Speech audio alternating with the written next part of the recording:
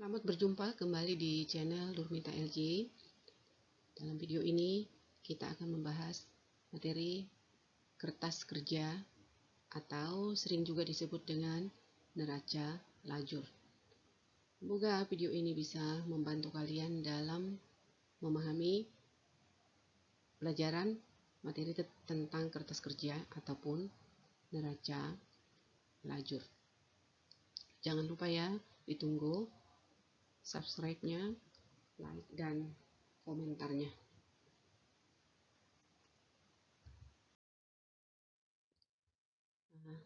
Pengertian dari kertas kerja. Apa itu kertas kerja? Kertas kerja adalah kertas berkolom yang dirancang untuk menghimpun semua data akuntansi yang dibutuhkan saat perusahaan menyusun laporan keuangan dengan sistematis. Bentuk-bentuk kertas kerja itu ada beberapa jenis ya. Ada yang 6 kolom, 8 kolom, 10 kolom, dan 12 kolom. Namun yang kita buat di sini adalah yang 10 kolom. Nah, kolom-kolom kertas kerja itu terdiri atas ada nomor akun, nama akun, kemudian kolom neraca saldo, jurnal penyesuaian, neraca saldo disesuaikan, laba rugi, dan neraca. Langkah-langkah untuk menyusun kertas kerja yang pertama adalah masukkan data neraca saldo. Nah, jadi data neraca saldo itu kita pindahkan ke kolom kertas kerja ini. Nomor akunnya masukkan. Ya, nomor akun. Ini nomor akunnya masukkan ke kolom nomor akun. Kemudian nama akunnya ini. Nama-nama akunnya pindahkan ke sini. Kemudian angka-angkanya ya atau nominalnya ini masukkan ke kolom neraca saldo ini. Oke. Kemudian langkah yang kedua, masukkan jurnal penyesuaian ke kolom penyesuaian. Nah, jurnal penyesuaian yang sudah disusun, nah contohnya seperti ini, masukkan jurnal penyesuaian ini ke kolom jurnal penyesuaian ini ya. Sesuaikan kalau di debit, debit, kalau di kredit gitu. Oke, kemudian langkah yang ketiga, mengisi kolom neraca saldo disesuaikan yang diperoleh dari hasil penjumlahan atau pengurangan neraca saldo dengan penyesuaian. Maksudnya ini, neraca saldo disesuaikan ini diisi dari hasil perolehan penambahan atau pengurangan neraca saldo dengan jurnal penyesuaian. Penambahannya itu berlaku jika posisinya sama. Di neraca saldo di debit, di jurnal penyesuaian debit, tambahkan. Demikian juga dengan jika di neraca saldo di kredit, di jurnal penyesuaian kredit, hasilnya ditambahkan. Tempatkan di posisi masing-masing. Pengurangan itu berlaku jika posisinya berlawanan. Contohnya, jika di neraca saldo di debit, di jurnal penyesuaian di kredit, maka harus dikurangkan. Demikian juga, jika di neraca saldo di kredit, jurnal penyesuaian debit, maka itu harus dikurangkan. Lalu langkah yang keempat, memindahkan akun nominal dari kolom neraca saldo disesuaikan ke kolom laba rugi, lalu dicari selisihnya. Nah, dari kolom neraca saldo disesuaikan, pindahkan ke kolom laba rugi akun-akun nominal.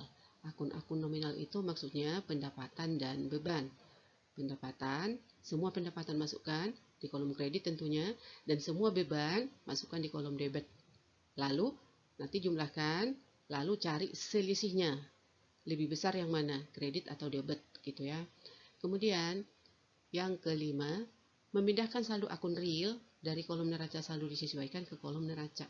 Nah, dari kolom neraca saldo disesuaikan ini pindahkan ke kolom neraca yang termasuk akun real. Akun real itu adalah harta, utang, modal. Tapi selain akun real, ada lagi satu akun yaitu prefer, masuk juga di kolom neraca ini. Nah, ini neraca saldo Salon Indah yang sudah muncul tadi ya sebelum masuk ke materi ini, ke layar ini tadi. Neraca saldo Salon Indah itu 31 Desember 2020. Nah, inilah nanti yang akan kita buat sebagai latihan kita mengerjakan kertas kerja. Ini saldonya 147.100.000, debit dan kredit sama. Kemudian data penyesuaiannya ini ada 6. Dari data penyesuaian ini disusunlah jurnal penyesuaian di sebelah kanan ini. Ada 6 juga. Nah, inilah yang akan kita pindahkan ke kolom kertas kerja Salon Indah. Nah, sekarang kita latihan untuk menyelesaikan kertas kerja.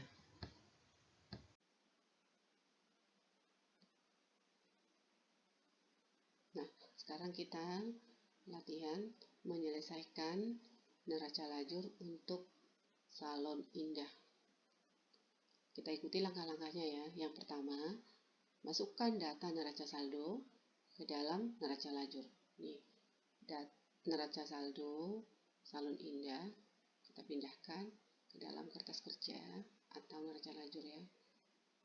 Nomor akun, nama akun, kemudian nominal di sisi debit dan di sisi kredit. Masukkan jumlahnya 147.100.000.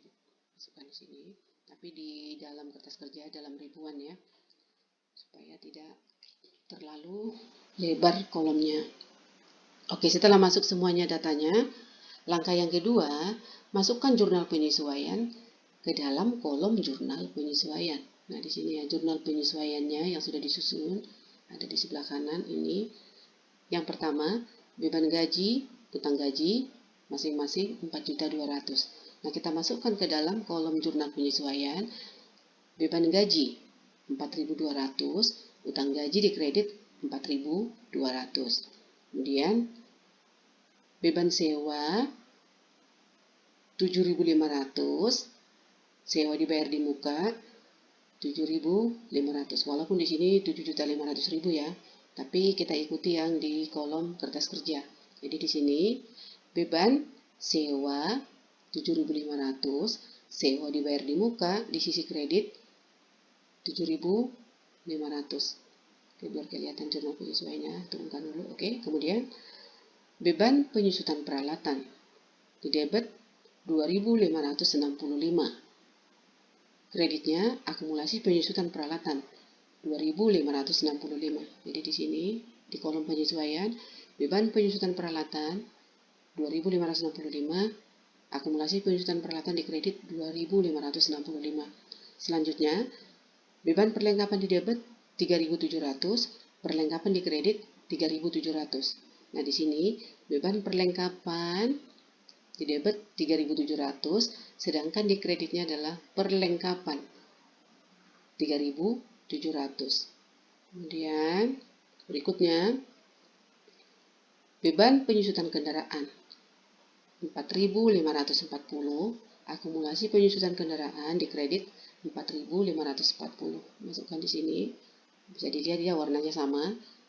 Beban penyusutan kendaraan di debit 4.540, akumulasi penyusutannya di kredit 4.540.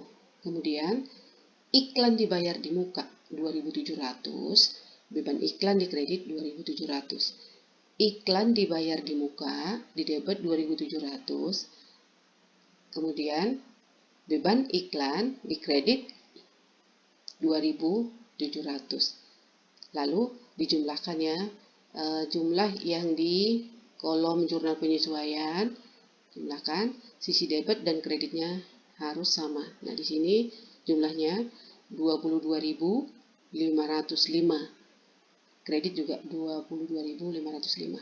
Kemudian langkah yang ketiga, mengisi kolom neraca saldo disesuaikan yang diperoleh dari hasil penjumlahan atau pengurangan dari neraca saldo dengan jurnal penyesuaian.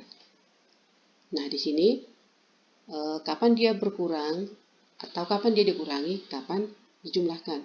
Nah, di sini jika posisinya sama, maka harus ditambahkan ya. Jika posisinya sama, jika di neraca saldo debit, di jurnal penyesuaian debit, berarti dijumlahkan. Atau jika di neraca saldo posisi kredit, di jurnal penyesuaian kredit berarti harus ditambahkan. Sedangkan pengurangannya jika posisinya berlawanan di neraca saldo debit di jurnal penyesuaian kredit, atau jika di neraca saldo kredit di jurnal penyesuaian debit, maka harus dikurangkan. Nah, tetapi jika dalam kolom penyesuaiannya itu kosong atau tidak ada jurnal penyesuaian, maka angka atau nilai yang ada di neraca saldo ini tinggal pindahkan ke kolom neraca saldo disesuaikan di sini ya. Nah, seperti ini. Kas piutang tidak ada jurnal penyesuaiannya, tinggal pindahkan. Kemudian ini akun perlengkapan di debit 8.500.000 atau 8.500, sedangkan di kreditnya di jurnal penyesuaian 3.700, maka ini harus dikurangkan. Nah, hasilnya diperoleh 4.800. Demikian juga dengan sewa dibayar di muka. Di debit 18.000, di kredit 7.500. Nah, hasilnya dikurangkan. Nah, hasilnya 10.500. Kemudian peralatan gedung tinggal pindahkan angkanya. Utang usaha, utang bank, modal indah juga tinggal pindahkan saja. Pendapatan jasa, pendapatan sewa. Nah, di sisi kredit, kemudian beban. Debit dengan debit di sini, beban gaji di neraca saldo 10.850, di jurnal penyesuaian di debit 4.200, maka dijumlahkan hasilnya 15.050. Kemudian beban iklan di debit 4.500, di kredit 2.700, dikurangkan hasilnya 1.800. Beban listrik dan telepon tinggal dipindahkan, beban administrasi dan umum, kemudian beban lain-lain tinggal pindahkan. Lalu yang di kolom jurnal penyesuaian juga masukkan ke kolom neraca saldo disesuaikan, tinggal masukkan aja, angka-angkanya tidak ada yang berubah. Lalu yang di neraca saldo disesuaikan ini dijumlahkan juga, sisi debitnya berapa, sisi kredit harus sama ya. Di sini 158.405, di kredit juga sama. Kemudian langkah yang keempat, memindahkan akun nominal ke kolom laba rugi. Nah, akun nominal yang terdapat di neraca saldo disesuaikan, pindahkan ke kolom laba rugi. Akun nominal itu maksudnya pendapatan dan beban. Jadi pendapatan, nah sengaja ini sudah dibuat warnanya sama ya. Pendapatan pindahkan ke kolom laba rugi sisi kredit. Kemudian beban-beban, semuanya beban tanpa kecuali. Masukkan ini ya, beban-beban yang ada di neraca saldo disesuaikan, masukkan ke kolom laba rugi. Kemudian cari selisihnya, selisih antara sisi debit dan kredit. Yang di kredit pendapatan, yang di debit adalah beban. Nah, di kredit di sini jumlah pendapatannya 72 juta atau 72.300 ya, dalam ribuan. 72.300. Kemudian bebannya 38.055. Nah, kita selisihkan, lebih besar pendapatan daripada beban. Nah, maka ini kan saldo kredit namanya. Saldo kredit itu kita tempatkan di sisi debit supaya seimbang jumlahnya. Nah, di sini 72.300 dikurang 38.055, hasilnya 34.245. Berarti hasilnya adalah laba, laba bersih. Kenapa laba? Karena pendapatannya lebih besar daripada bebannya. Sebaliknya, jika bebannya lebih besar daripada pendapatannya, maka hasilnya adalah rugi.